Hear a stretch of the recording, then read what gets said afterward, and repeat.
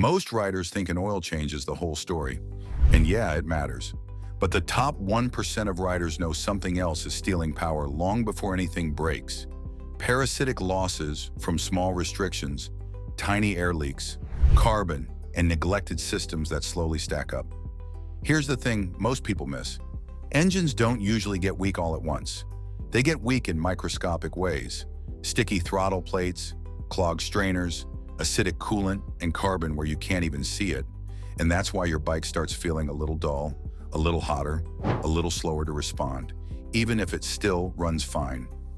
In this video, I'm going to walk you through 7 proven hacks that bring back throttle response and protect longevity without guessing. If you want mechanic-level motorcycle advice like this, subscribe. Now let's start with the airflow bottleneck almost everybody ignores. Hack 1. The throttle body sink and clean your throttle body is basically the gatekeeper for horsepower. Those butterfly valves control exactly how much air goes into the engine. And the ECU is assuming that air is clean, smooth, and predictable. But over time, oil mist from the crankcase breather plus plain old dust sticks to the backside of the throttle plates. Then heat bakes it into a carbon lip right where the plate closes. That little lip is enough to mess up low RPM airflow. So the bike idles rough, wants to stall at stoplights, or gives you that annoying jerky roll-on when you're trying to be smooth in traffic. The fix isn't just blasting spray into the intake and hoping. You need to get access to the throttle plate, use a dedicated throttle body cleaner, and physically wipe the edges and bore with a microfiber cloth so you remove the sticky ring. Be gentle, don't force anything. And if you've got multiple throttle bodies, cleaning is only half the win. The other half is syncing them with a vacuum gauge, so every cylinder pulls the same amount of air. Once they match, the engine feels calm again. Steady idle, clean pickup. Now air is handled. Next is fuel. Hack 2. The hidden fuel strainer. Trap modern motorcycles with EFI don't sip fuel like old car bikes. They depend on a high-pressure pump and on a lot of models that pump lives inside the gas tank, submerged in fuel. Most people will replace an external inline filter if their bike has one, but they completely ignore the tiny mesh strainer on the pump's intake. It looks like a little tea bag, and it's the first thing that gets clogged. What clogs it? Rust in the tank, debris, and fuel that's been sitting and breaking down, especially if ethanol-blended fuel has been absorbing moisture. As that mesh loads up, the pump has to work harder just to pull fuel in. Meanwhile, the injectors get starved when demand is highest. That's when you get the scary symptoms. The bike feels fine cruising, but at high RPM or wide open throttle, it flattens out, runs lean, and combustion temps climb. That heat is what puts exhaust valves and pistons at risk. The mechanic move is simple.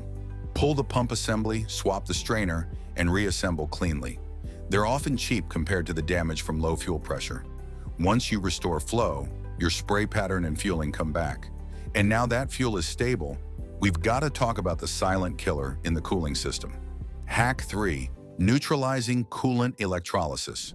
Coolant isn't just anti-freeze. It's also a corrosion inhibitor, and it only does that job when it's healthy. When coolant degrades, it can become more acidic, and that's where electrolysis becomes a real concern. Inside your cooling system, you've got dissimilar metals, like an aluminum engine and other metal components. An acidic coolant can act like an electrolyte. Basically, it becomes a weak battery inside your engine. The ugly part is that stray electrical current can accelerate internal corrosion. That means coolant passages can get eaten away, water pump components can suffer, and you can end up chasing overheating problems that feel like they came out of nowhere. And once overheating shows up, head gaskets and warped parts aren't far behind. You can check for stray voltage with a standard multimeter. With the bike off and cool enough to safely access the radiator, put the negative probe on the battery negative terminal and dip the positive probe into the coolant. You're looking for voltage that shouldn't be there. If you see a problem, don't just top it off. Flush the system thoroughly with distilled water and refill with a motorcycle-specific coolant that's appropriate for your bike. Typically silicate-free for many aluminum systems. This clicked for me when I realized coolant is a chemical part, not just a fluid. Next up, the carbon myth that wastes a lot of riders' time. Hack 4. the Italian tune-up myth versus valve carbon.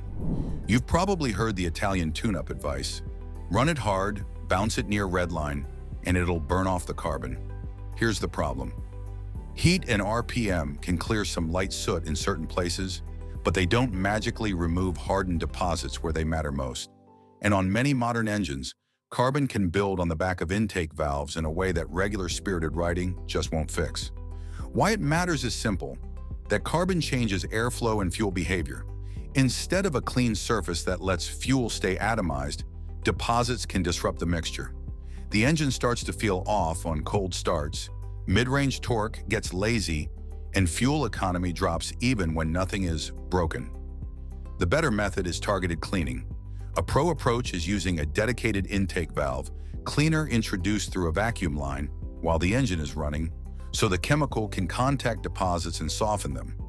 You follow the product directions exactly, because too much, too fast, or the wrong process can cause its own problems. And don't confuse this with random dumping mystery fluid into the tank. This is about getting cleaner to the place carbon actually lives. Once you clear that restriction, the engine stops fighting itself. Next, we'll move outside the engine, because one external adjustment can quietly destroy internal bearings. Hack 5. The drive chain's attack on the output shaft. This next part separates beginners from riders who actually keep engines alive. Your chain adjustment can damage the engine without ever touching the engine, because that front sprocket is on the transmission output shaft, and that shaft lives on bearings and seals inside the cases. Here's where most people mess up.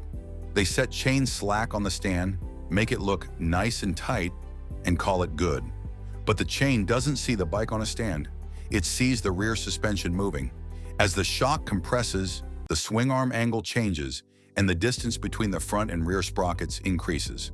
That means the chain tightens as you hit bumps, load a passenger, or accelerate hard. If you didn't leave enough slack, that extra tension has to go somewhere. It pulls sideways on the output shaft, loads the bearing, and can wipe out the seal. Then you get leaks, noise, and in worst cases, a bearing failure that turns into an engine case splitting job. Set chain slack to the manufacturer spec, and if your manual calls for measuring with the bike loaded, do it with a rider sitting on it. You're not chasing perfection, you're protecting bearings. Now let's relieve pressure inside the engine itself.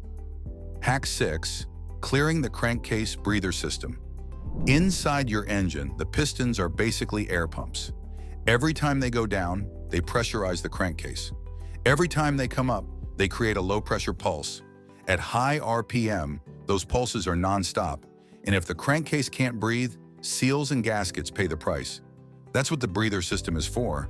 It vents blow-by gases and pressure out of the engine, usually routing them back into the airbox so they can be burned instead of vented to the atmosphere. But over time, oil vapor mixes with condensation, and you end up with a nasty milky sludge in the breather hose or catch tube. On some bikes, there's also a one-way reed valve that can gum up and stop flowing like it should. When that happens, pressure builds. And pressure doesn't just sit there. It forces oil past rings, pushes oil mist where it doesn't belong, and can create phantom oil consumption or leaks that look like a bad gasket.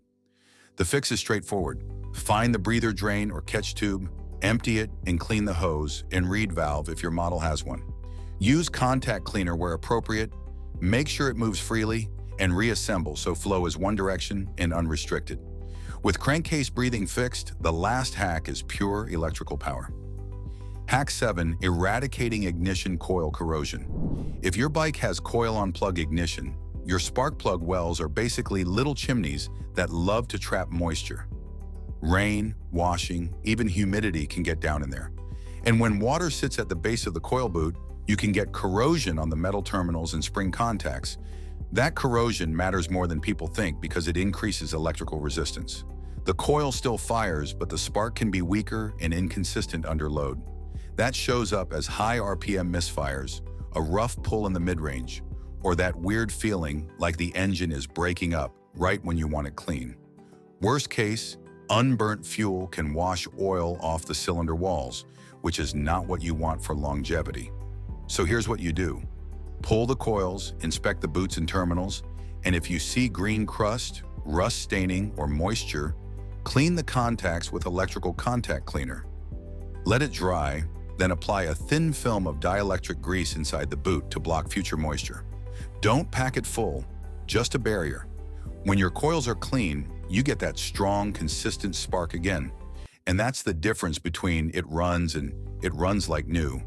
If you remember nothing else, power and longevity come back when air, fuel, cooling chemistry, drag, breathing, and spark all stop fighting each other. Before your next ride, do 2 quick checks. Set your chain slack correctly and pull 1 ignition coil to see if you've got corrosion starting. Then hit the playlist on the channel for more solid motorcycle maintenance tips that keep your bike fast, smooth, and reliable.